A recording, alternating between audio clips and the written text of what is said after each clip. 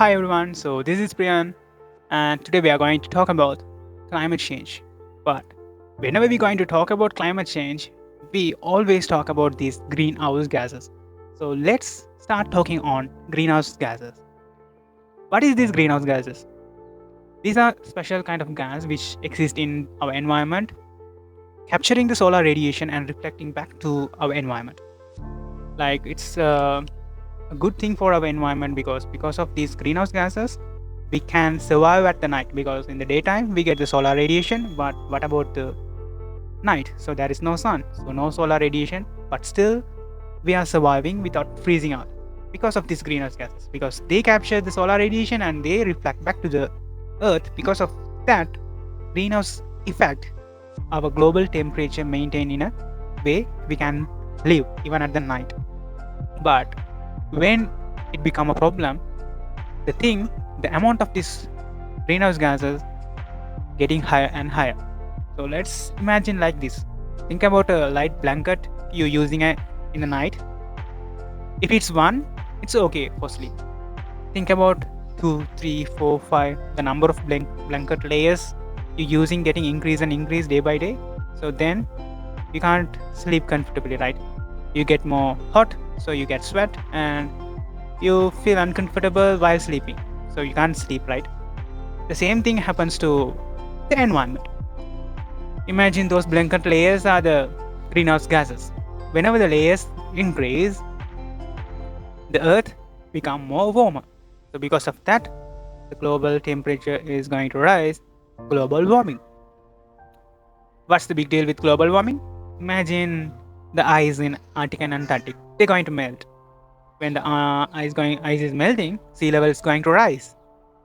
Next, ocean temperature going to increase. Whenever the ocean temperature is increasing, the coral species going to die. So I saw a post from UN today, so I had shared that on my FB page also, that says like if the global temperature rise is going to be 1.5, if the temperature rise come to 1.5, there will be 80 to 90 percentage of coral species are going to vanish.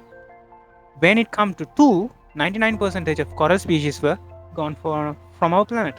So that's a big negative impact, because corals are the roots of the marine ecosystem, because the breeding ground, and the coral play a main role in the coral ecosystem. If the corals were gone, the marine ecosystem going to collapse.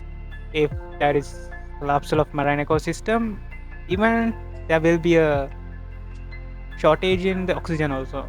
What's the connection with the oxygen and the marine? So we might think the oxygen we breathe is coming from the trees around us. Yes, but partly the main source of the oxygen is oceans. From the oceans only we get a lot of oxygen.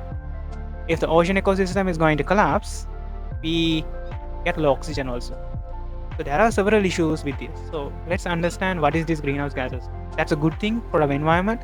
It's necessary for the environment and its maintenance. But the problem, whenever we increase the amount of those greenhouse gases, it's going to be a negative impact on our environment. So our day-to-day activities can reduce these greenhouse gases, like I previously mentioned, like reducing the food waste. From the food waste, we can reduce the amount of methane.